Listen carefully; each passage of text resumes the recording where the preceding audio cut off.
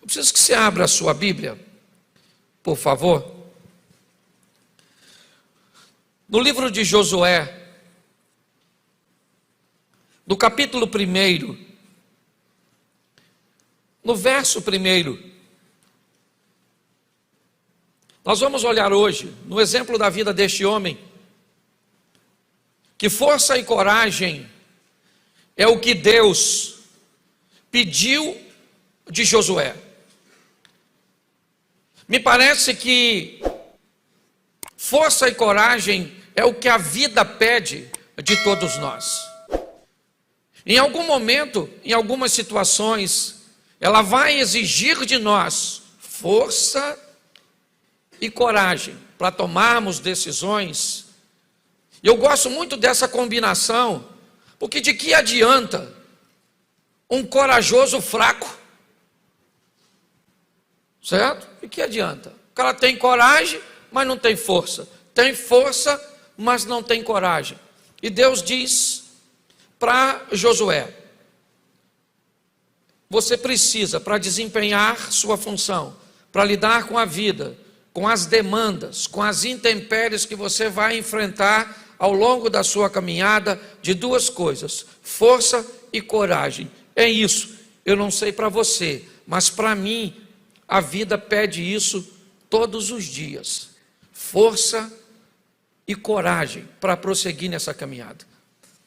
É importante nós olharmos e, antes de lermos o texto, lembrarmos de um menino tirado das águas, treinado para ser um faraó no Egito. Ele então mata um egípcio para defender um irmão e é obrigado a fugir para o deserto, onde se torna pastor de ovelhas e recebe a comissão de voltar ao Egito para liderar a saída daquele povo. Com certeza, Moisés é um dos maiores, se não, o maior líder que a Bíblia nos mostra como exemplo. Mas pastor, o senhor disse que vai falar de Josué e está falando de Moisés? É exatamente isso. Eu quero que vocês entendam em que ambiente esse moço foi treinado, em que ambiente ele se espelhou. É importante olharmos e reconhecermos que no primeiro livro dos Reis, no capítulo 2, no verso 2, Davi chama seu filho Salomão e diz: Salomão, eu vou pelo caminho de todos os homens, ou vou pelo caminho da vida. O que Davi está dizendo é: eu estou morrendo, meu filho, porque seja o homem bom, seja ele mau, seja ele rico, seja ele pobre, inevitavelmente ele terá que ter um encontro com a morte. Quando nós olharmos para o texto agora, eu queria que você entendesse a sua responsabilidade. Por muitas vezes, eu já subi nesse púlpito para trazer uma mensagem para você, para apontar às vezes e identificar um problema. Mas essa semana eu estava olhando para isso, e quando nós procuramos um médico falando dos sintomas, e ele manda que façamos exames para identificar o que estamos enfrentando, isso é apenas uma parte do processo. A próxima parte é o que o médico vai me orientar que eu devo fazer para me livrar daquele problema. Hoje eu quero conversar com vocês, porque assim como uma universidade, um colégio, é reconhecido pelas notas de seus alunos, pelo desempenho e pela performance que aqueles alunos conseguem desempenhar nas provas, nos concursos públicos, eu acredito também que uma igreja pode ser vista pelo comportamento, pela performance de seus membros.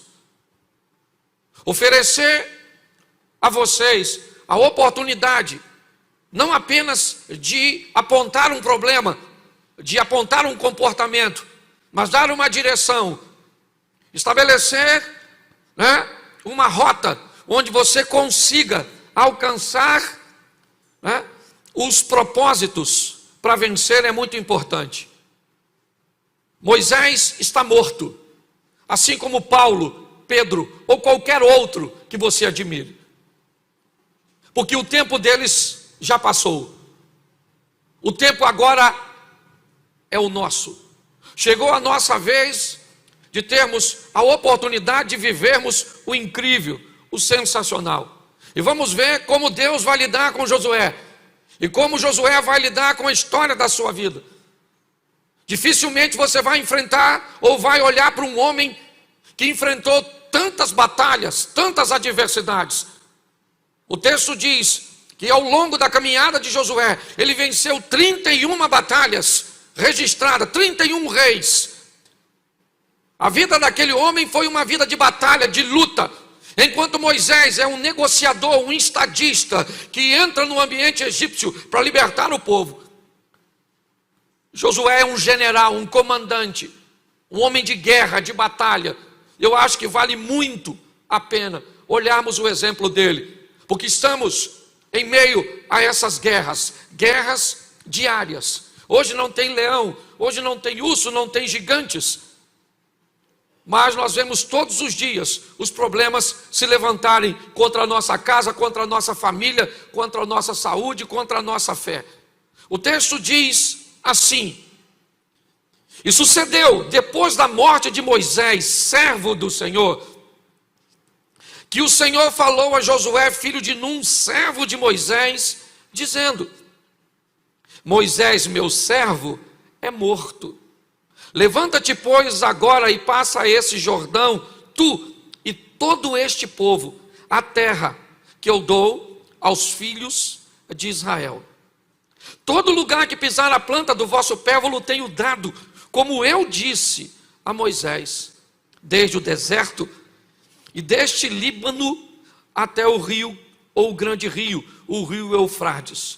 Toda a terra dos heteus, até o grande mar, para o poente do sol, será o vosso termo. Feche os seus olhos um minutinho. Senhor nosso Deus e Pai, em nome de Jesus, eis aqui a Tua palavra, e continue falando conosco. Usa-me como um canal de bênção, pelo poder do nome de Jesus. Amém. Glória a Deus. Amém? Pois é. A primeira coisa que eu quero expor a você é a necessidade de que você coloque em prática aquilo que você vai receber aqui. Porque inevitavelmente é isso que vai estabelecer o nome da igreja que você faz parte, o nome do Deus que você serve, a consolidação de sua família e de tantas outras coisas que você planeja ter êxito durante a sua caminhada. Quando nós olhamos para a maneira que Deus vai conversar com Josué, ela é muito interessante. Porque em momento nenhum, aqui, Deus chama Josué de seu servo. Deus chama Josué e diz: o meu servo Moisés é morto. E assim como eu fui com Moisés, meu servo, eu serei com você, Josué, servo de Moisés. É importante olharmos a maneira que Deus está conversando com Josué. Me parece que Deus está dizendo para Josué: chegou a hora de eu levar você para outro nível. Até o presente momento, você era um mero espectador, um coadjuvante, alguém que via as minhas orientações serem dadas a Moisés, porque Moisés era meu servo, e meu servo Moisés era morto, e você até esse momento era servo de Moisés, mas agora você vai ser meu servo. O que Deus está dizendo para Josué é algo muito especial. Primeiro ele está dizendo: a sua caminhada comigo não pode depender, quando você mudar de fase, de alguém que ore por você, que leia por você, que interprete. Chegou a hora de você viver a sua própria história. Chegou a hora de você tomar suas próprias decisões. Não é porque sua mãe era minha serva que isso qualifica você para ser minha serva também, ou para ser meu servo também. O que Deus está dizendo para ele: agora você vai precisar mudar de fase, Josué. Uma coisa é servir a homens, agora você vai me servir. Agora você vai lidar com as minhas instruções. É isso. Nós olhamos para este homem e vemos a vida pedir dele, porque é isso que eu quero aplicar. Pastor, o que você está querendo dizer? Eu quero dizer que às vezes, e durante muito tempo, você teve que andar debaixo das ordens, das instruções de seus pais. Talvez em determinada fase da sua vida, você teve que andar debaixo das ordens de seu chefe, de seu patrão, daquele que era dono da empresa ou do negócio que você participou. Mas tem momentos que a vida tira você desse ambiente e traz você para uma outra fase. A fase que agora não são seus pais que decidem se você vai ou não, se você compra ou não. Agora chegou a sua vez de tomar suas próprias decisões. Isso parece ser muito bom e nos oferecer uma liberdade. Mas é muito importante nós entendermos que quando os outros escolhem para nós, se algo der errado, nós temos uma rota de fuga para nos defender. Nós colocamos a culpa no outro. Mas quando chega a minha vez de tomar as decisões, se alguma coisa sair errado, eu sou totalmente responsável. E a vida está chamando Josué e dizendo para ele: chegou a sua hora, camarada. Chegou a sua hora de arcar com suas responsabilidades, de ser responsável por suas escolhas, de entender que você escolhe o que fala para sua esposa, você escolhe que maneira você vai treinar seu filho, que maneira você vai gastar seu dinheiro, quantas vezes você vai resolver vir ao culto,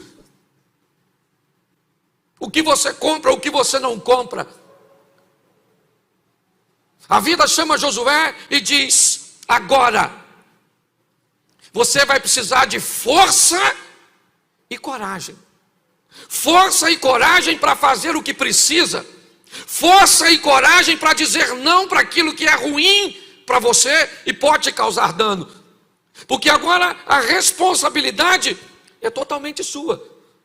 Antes você estava na sombra de Moisés. Quem decidiu quem ia espiar foi Moisés, e você foi um dos espias. Mas agora chegou a sua vez de enviar espias. O que ele viveu para Canaã, agora ele está enviando para Jericó. A vida requer de mim e de você muita responsabilidade, muita maturidade. Por quê? Porque nós gostamos muito de culpar o diabo, de culpar o governo, de culpar fulano, de culpar ciclano. Eu já cheguei à conclusão que quando a culpa é minha, eu coloco em quem eu quero. A vida requer desse camarada a responsabilidade. E como ele vai lidar com isso? É isso que eu quero mostrar a você. Primeiro nós vamos olhar que aquele que era um assistente, aquele que vivia na sombra, agora ele está em meio aos holofotes. É ele que escolhe. Ele sabe que servir a Deus é muito bom, é ter uma ligação direta com o Todo-Poderoso. Mas ao invés de falar com a rocha, feri-la, pode impedir de que se entre na terra prometida. E isso ele também aprendeu com Moisés. Lidar com as responsabilidades é um grande desafio. E por isso muitas pessoas se negam. Por isso que a maioria das pessoas que entram na igreja, pastor Abner, a grande pergunta delas é o seguinte: o que eu posso fazer e o que eu não posso? Me dá as regras. Porque se deixar para eu interpretar e eu errar, a culpa é minha. Então eu fico com a interpretação dos outros. As pessoas têm medo de lidar com responsabilidade. Está aí porque que as pessoas não querem se casar. Está aí porque as pessoas não querem ter filhos. Porque tudo isso pede de si mesmo muita responsabilidade. Um erro pode ser catastrófico. Então, ao invés de me preparar para não errar, eu fujo de tudo aquilo que traz sobre mim uma grande responsabilidade. Eu não quero um cargo na igreja, eu não quero nada, eu quero passar despercebido. Porque simplesmente isso trará sobre mim uma grande responsabilidade. Por que eu não aceito Jesus? Porque dizer que eu sou servo de Jesus é uma grande responsabilidade. E eu não estou muito afim de responsabilidade. A vida vai requerer de você e de mim, quer você goste ou não, as suas responsabilidades. Ou você pode se tornar um Peter Pan, tendo um caso com a Sininho na terra do nunca, porque não quer crescer. Ou você assume logo que a vida requer de você maturidade e começa a pautar suas decisões e escolhas na palavra de Deus, para que você viva o que Deus tem para você. Para que quando as pessoas olhem para você, ela diga: caramba, olha que família, olha a caminhada de fé dessa pessoa. É muito engraçado, às vezes nós olhamos e dizemos: não olha para mim porque eu sou falho, olha para Jesus. Eu nunca vi Jesus. O apóstolo Paulo diz: olha para mim e sede meus imitadores como eu sou de Cristo. Está na hora de chamarmos a responsabilidade para nós. É assim que funciona. Quando olhamos agora para esse moço, Moisés foi embora e Deus diz: eu vou ser com você como fui com Moisés. O lugar que você botar na planta do vosso pé eu tenho dado por herança. Nós só temos uma condição para tudo isso dar certo: cumpra tudo aquilo que Moisés te ensinou. Receba todas as instruções e as pratique, que nosso relacionamento vai ser muito bom. Tenha o cuidado de fazer conforme tudo quanto Moisés lhe ensinou. E nós vamos nos dar muito bem, porque agora a escolha é do Josué. E preste atenção, o povo está desconfiado. Até o presente momento, Moisés é o líder. O primeiro líder que eles têm, depois do faraó do Egito. E agora Moisés é morto. E Josué sai da sombra. E agora seu rosto aparece. Todo mundo está desconfiado. Nós temos um caminho a percorrer. Estamos num ambiente inóspito, inadequado. Como é que vai ser isso? Está todo mundo de olho no Josué. Querem saber quais serão seus resultados? Querem saber se Deus é com ele como foi com Moisés? Está todo mundo olhando para esse indivíduo e o avaliando, vendo se ele vai ter condições. Coloca o verso 17 aqui para ficar mais claro para todos. Põe para mim. É João que está aí? Isso. Como em tudo ouvimos a Moisés, assim te ouviremos a ti. Somente, note que é condicional, nós vamos ouvir você, Josué, mas tem uma cláusula. Nós vamos te ouvir tão somente que o Senhor teu Deus seja contigo, como ele foi com Moisés. Verso 18: todo homem que for rebelde à tua boca e não ouvir as tuas palavras em tudo quanto lhe mandares, morrerá. Somente, ou tão somente, esforça-te e tem de bom ânimo. O povo está dizendo para Josué: nós estamos de olho em você, irmãozinho. A partir de hoje você chegou a sua vez de viver a sua história, beleza. Você está dizendo agora que está andando com Deus, Moisés foi embora e é você agora. Então vou logo te avisando que nós vamos te obedecer, e quem não te obedecer, morre. Mas o texto deixa nas entrelinhas que se Deus não for com ele, se ele for um líder que não convém e coloque o povo em perigo, ele morre.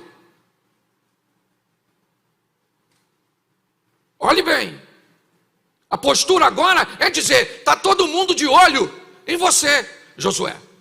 E essa é uma responsabilidade que nós não queremos.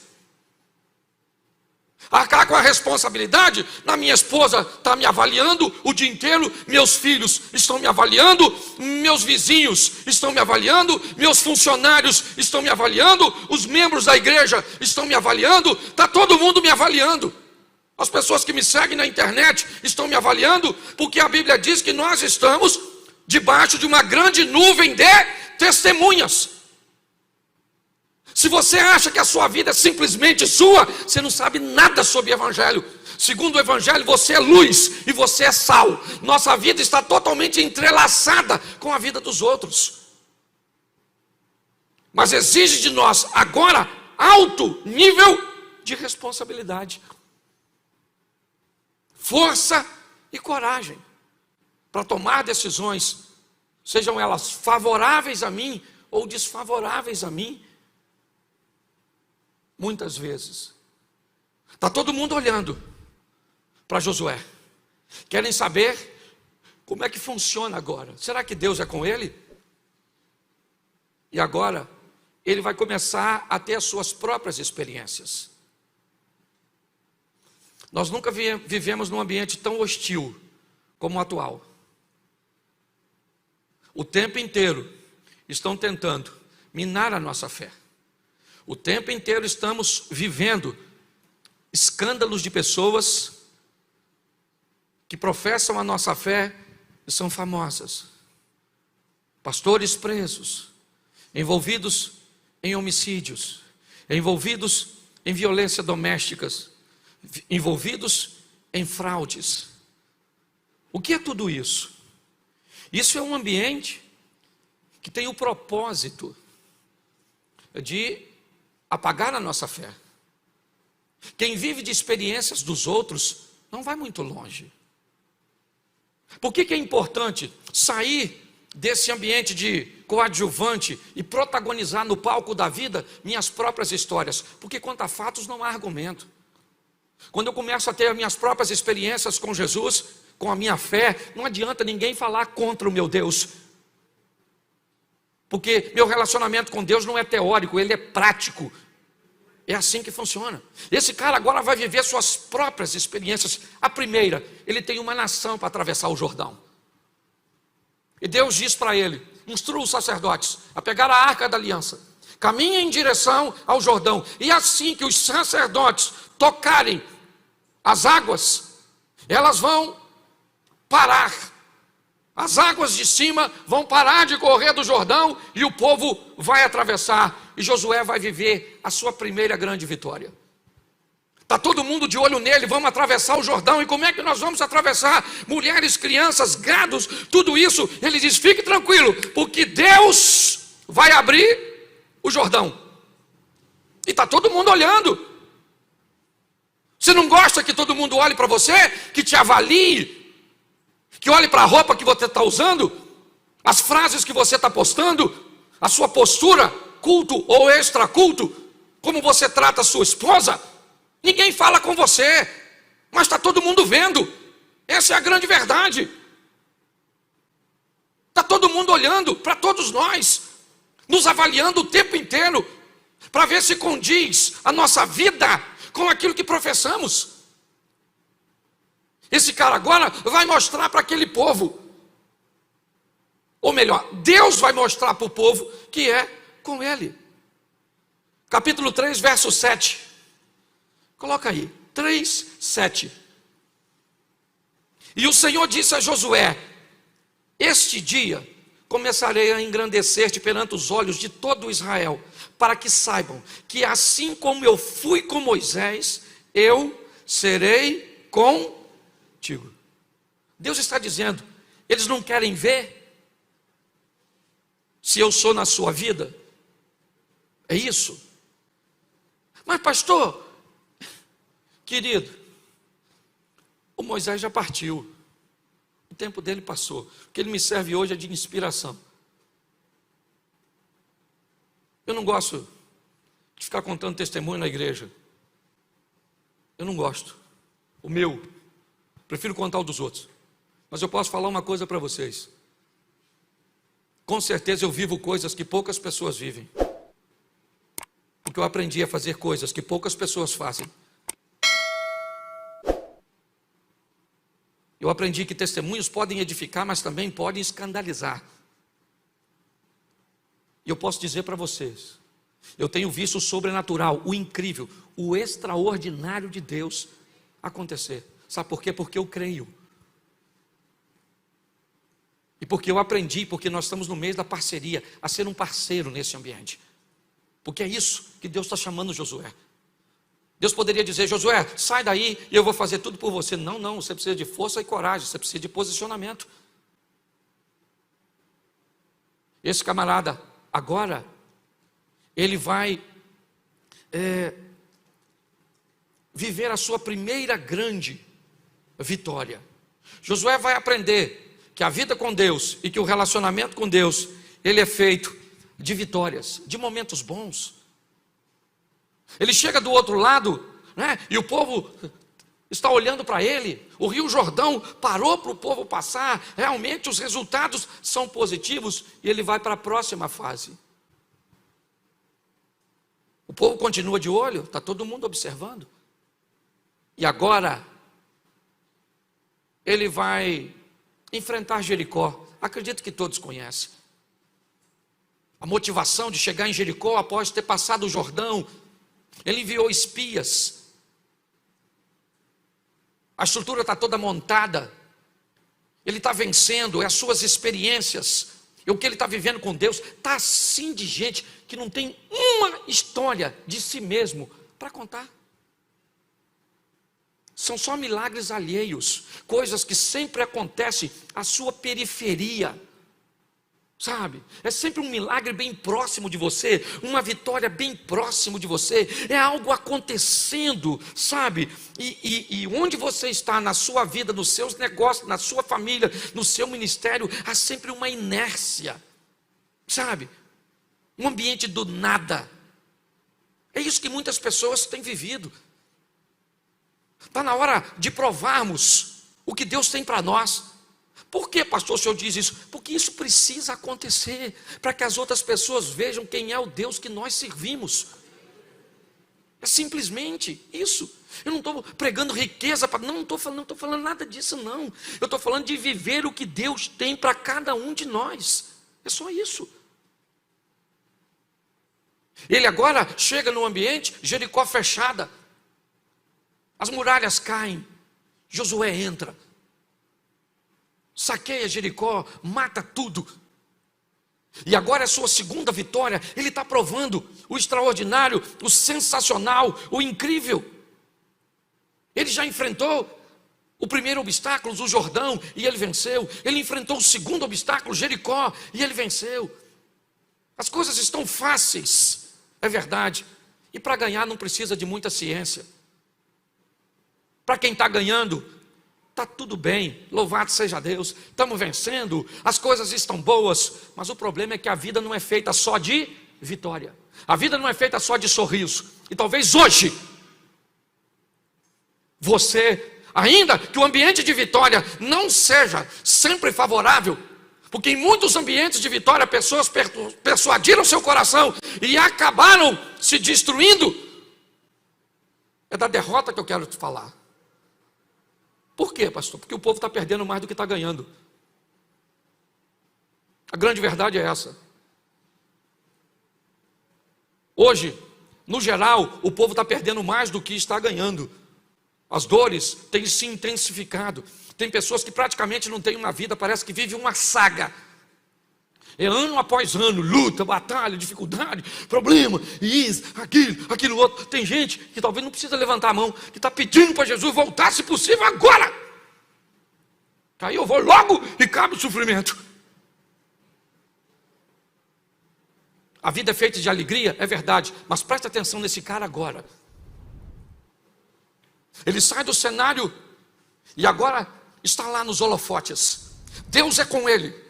As promessas estão lá. O lugar que colocar a planta do vosso pé, vos tenho dado como herança. Como fui com Moisés, serei contigo. O Jordão abriu, as muralhas de Jericó caíram. Mas vamos embora, porque cada dia traz consigo uma batalha.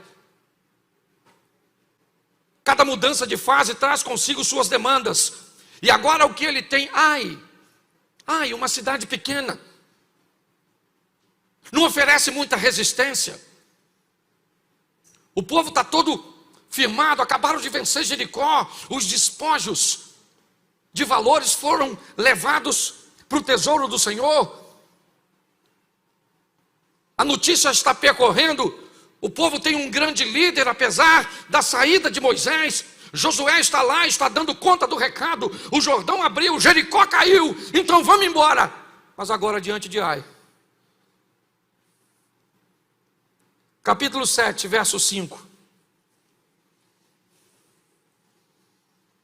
5. E os homens de Ai feriram deles alguns 36. Seguiram-nos desde a porta até Sebarim e feriram-nos na descida. E o coração do povo se derreteu e se tornou como água. Presta atenção que o cara que estava ganhando agora que vai perder. Primeira derrota do Josué. E uma derrota feia. Feia. Ridícula, para dizer a verdade. Ele perde uma batalha que não tinha como perder. Estava tudo ganho. Ele manda espias como sempre. Os espias trazem a notícia: Josué, não mande todo o povo. O arraial é pequeno, a resistência é praticamente nenhuma. Mande uns 2 ou 3 mil soldados e eles resolvem os problemas. E Josué então faz conforme os conselhos, segue o padrão. A sabedoria está na multidão de conselhos. Ele não toma decisão sozinho, mas ele vai aprender agora, na sua terceira batalha, que ele só vence e só faz o que faz por uma questão muito simples: porque Deus é com ele. Na batalha contra Ai ele perde. Ele volta e começa a dizer para Deus: primeira batalha, primeira, o cara está ganhando. Basta perder na primeira vez. Senhor, podia ter nos deixado do outro lado. Por que o Senhor nos trouxe para cá? E agora as nações vizinhas vão dizer o quê? Vão fazer uma coalizão, vão vir contra nós, igualzinho a nós. Basta uma perda, algo sair como não planejamos. Basta um sentimento que já fizemos algum tipo de esforço e não conseguimos superar e pronto. Na mensagem de hoje eu preciso que você entenda uma coisa. Você não precisa de muita força nem muita coragem para gerenciar a vitória, mas vai precisar de muita para vencer as dores, as perdas e as crises. Agora esse camarada enfrenta sua primeira derrota. Ela é dura, ela é humilhante, sabe?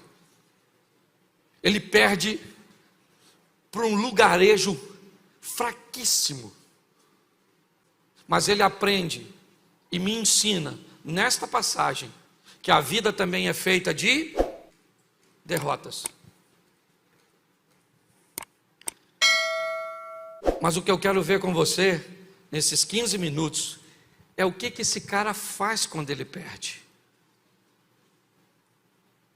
É isso que eu peguei para aplicar na minha vida. Ele perdeu a batalha, perdeu, mas ele estava ganhando até ontem, mas hoje não está. E ele descobre que a vida também é feita de dores, de perdas, de crises e de problema. Mas o que eu faço quando eu perco? Que quando eu ganho eu sei o que eu faço. É só fazer uma festinha, uma celebração, é só comemorar que eu estou ganhando. Mas e aí, mano? E quando você tem uma briga no casamento daquelas feias? E quando você tem uma conta daquela impagável? E quando você tem uma doença daquela incurável? E quando você tem um desânimo na fé, daquele jeito que parece que o pecado se instaurou na sua vida? Como é que eu procedo no momento de adversidade? Eu acho que vale a pena usar o exemplo desse moço. Capítulo 7, verso 6, diz assim: Então Josué rasgou as suas vestes, se prostrou em terra sobre o seu rosto perante a arca do Senhor até a tarde. Ele e os anciãos de Israel deitaram pó sobre as suas cabeças, né? E Josué disse: Senhor, por que com efeito fizeste passar este povo o Jordão? Preste atenção. A primeira coisa que Josué faz é ir falar com Deus. E a primeira coisa que ele quer saber é o seguinte: por que é que eu estou vivendo tudo isso? Por que é? Por que é que eu estou endividado? Por que é que meus filhos estão desse jeito? Por que é que a minha fé está desse jeito? Por que é que o meu casamento está desse jeito? Por que os meus negócios estão desse jeito? Eu preciso saber o motivo. O que me levou a estar onde eu estou? Se eu quero sair de uma situação, a primeira coisa que eu tenho que saber é o que me levou para lá.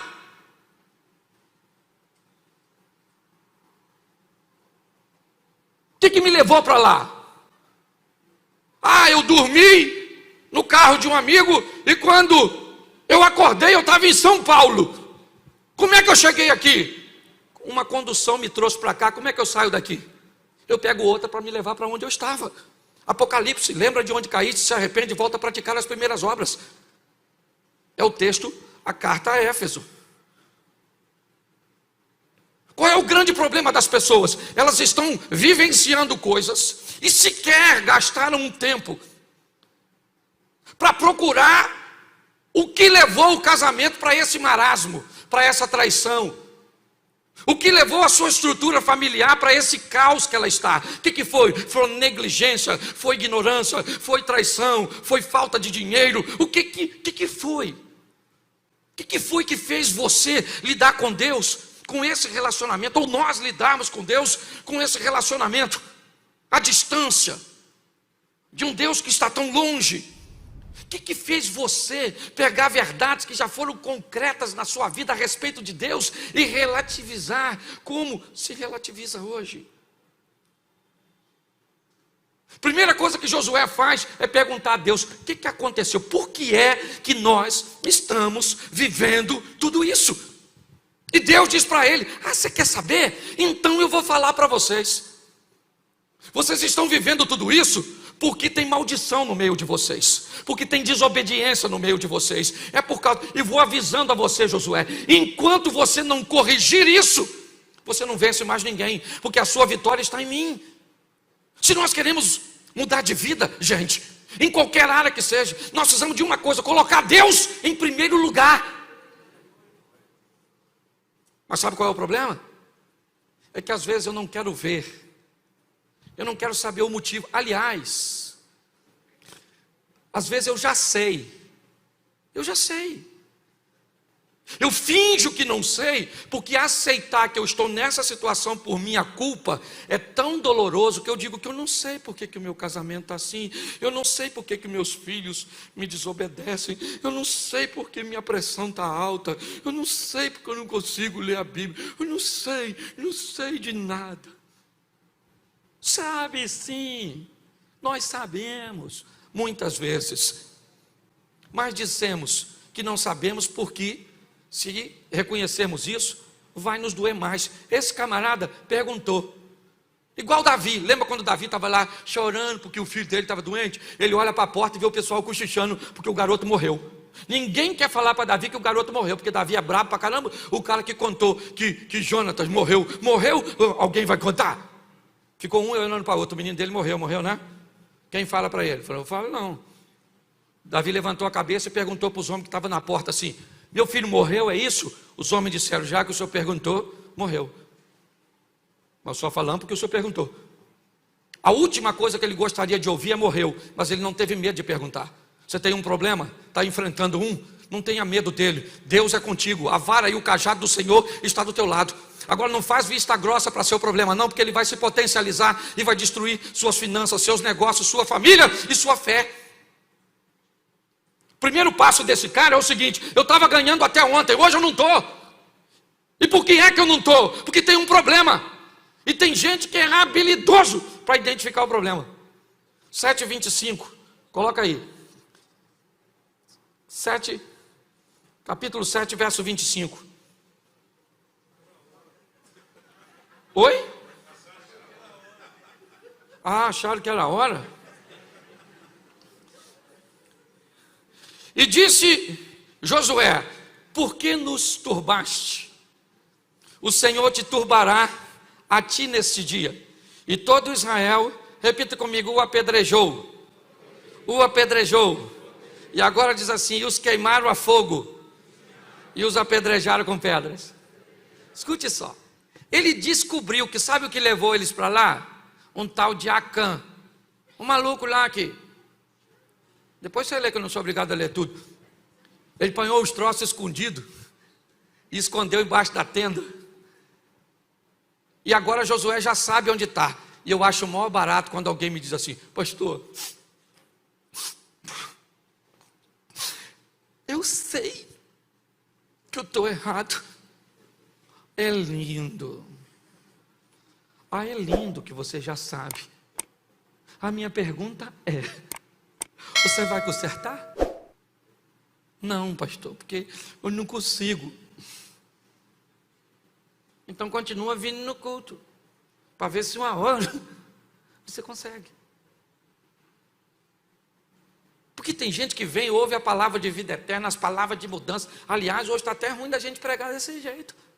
Porque hoje o membro da igreja virou um cliente. É ou não é? E o cliente tem sempre: não vem falar do meu pecado, que eu não dizimo mais. Vou para outra igreja. Fica me acusando. Não estou acusando ninguém, não. Só estou dizendo para você uma verdade. Sabe o que? Não me pergunte por que eu não sei explicar. O Acã, fala assim, o Acã, a mulher do Acã, os irmãos do Acã, os filhos do Acã, os Acã, tudo. Josué pegou, botou tudo lá de fora e falou: aí gente, sabe por que nós estamos nessa treta? Por causa do Acã, esse infeliz, pegou umas coisas aqui, Deus vazou, deixou nós sozinhos, perdemos essa batalha. E agora, o que nós vamos fazer? Matar o Acã, lógico. E os filhos do Acã morrem também, porque é Acãzinho. Lembra das raposinhas? Se você não matar enquanto está pequeno, o infeliz cresce. É a história do mineiro que foi atropelado pelo um trem, lembra? Foi atropelado pelo um trem, ficou em tratamento muitos anos, nunca tinha visto trem na vida. Foi para a linha do trem que passou na terra dele, com a foice na mão, e falou: a hora que esse infeliz passar aqui, eu meto a foice nele. Era uma curva, o trem passou, pegou o infeliz pelo meio e jogou longe. Depois de muito tempo de recuperação, ele já andando um pouco, saiu para passear na frente do corpo, passou numa loja de brinquedo, viu um ferrorama. Pegou um pedaço de pau e bateu, quebrou o ferrorama todo. O dono da loja falou: o que foi? Ele falou: isso é mansinho enquanto é pequeno. Quando isso cresce, isso vira um monstro. Se você não resolver problema enquanto está pequeno, meu filho, ele vai crescer e vai pegar você. Não fica brincando com o problema, não. Entendeu? Está ali, está lá num problema no casamento, aí passa lá, tem um homem bonitão, olhou para a senhora, falou: nossa, a senhora está maneira. Nunca mais passa lá. Porque você entende o que eu estou falando?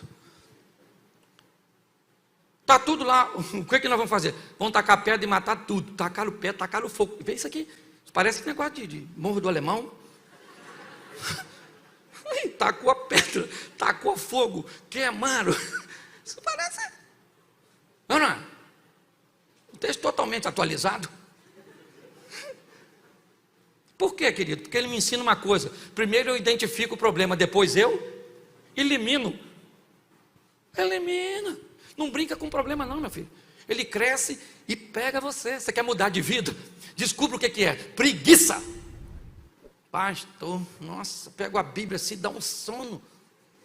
Sabe, sim, minha vista escurece. Isso é o Satanás. Deve ser alguém. Aí eu não consigo ler. Embola minhas vistas, sabe? O WhatsApp eu leio. O WhatsApp eu leio, nem sono dá, eu fico lendo, menino, perco assim. Ainda tem esse negócio de TikTok? Tem essas porcaria tudo assim, isso aí eu vejo. Olha. Que beleza. E a Bíblia? A Bíblia dá um sono, oh meu Deus do céu. E aqui nossa, que é isso? Ô gente, se eu sei o que me atrapalha, eu resolvo. Posso ouvir um amém da igreja? Amém. Isso. E terceiro, para me terminar, esse primeiro culto é corridinho, e você queria rir hoje no culto, porque eu cheguei de viagem, estou chateado, cansado e vim para dar uma pancada em mim mesmo e em toda a igreja. Outro dia você vem aqui que eu faço cosquinha de você, você vai rir pra caramba. Tá certo? Josué capítulo 8, verso 3. Então Josué levantou-se e toda a gente de guerra para subir contra Ai. Escolheu Josué 30.000 homens valentes e valorosos e enviou de noite. Note que ele está nervoso. Primeira vez ele mandou quantos? Para ver se você estava prestando atenção. Quantos? Pois é, agora ele mandou quantos? 30.000. 10 vezes mais isso aí. Ele falou, ah é? Mas eu já matei o Acã, que dane-se. O Acã está morto, mas vamos com força total. Porque você quer prosseguir na vida, meu filho, reúna as forças que você tem e marche de volta, enfrente o seu problema, porque Deus vai te dar vitória. Não se acovarda não. Força e coragem, para quê? Primeiro para descobrir onde o problema está. O cara falou assim pro conselheiro, eu não estou conseguindo comunicar com a minha mulher, ela está surda, e eu já estou ficando bravo, o que eu faço? O cara sábio disse assim, o senhor faz o seguinte, o senhor fala com ela uma distância, se ela não escutar, você chega mais perto, fala de novo, se ela não escutar, você chega mais perto e fala de novo, e aí você vai descobrir a distância que ela está escutando, você passa a falar daquela distância, e a comunicação fica boa. Ele falou, maneiro. Aí perguntou à mulher, querida, o jantar está pronto? Nada da mulher falar. Ele falou, essa miserável não escuta nessa distância não. Aí aproximou mais um pouquinho, 3 passos. Falou, querida, o jantar está pronto? Nada. Ele falou, meu Deus, você é quase surdo de tudo. Aproximou de novo e falou, querida, o jantar está pronto? Ele falou, querido, já é a 3ª vez que eu falei que está. O surdo, hoje você está rindo de tudo, pelo menos para terminar. Difícil de olhar um problema é porque às vezes ele está em nós, e quando você encontrar o problema, não brinque com ele. Problema, você não arranca os dentes, que ele corre atrás de você banguelo. O problema, você não raspa a cabeça dele, que ele corre atrás de você careca. Problema, você mata ele, faz igual Davi, corta o pescoço, a cabeça. E o que você faz depois? Tenta de novo com força total. Esse casamento da senhora aí, nossa, esse homem é ruim, mas é seu. Essa mulher é esquisita, mas é uma opção sua. Esse filho seu é a mistura entre você e sua mulher que não deu certo. Pegou os 2 DNA. Isso virou um monstro, um alien versus predador. Reúne suas forças e vai para cima com seus negócios, vai para cima com seu casamento, vai para cima com Deus, porque Deus vai te dar vitória. Posso ouvir um amém?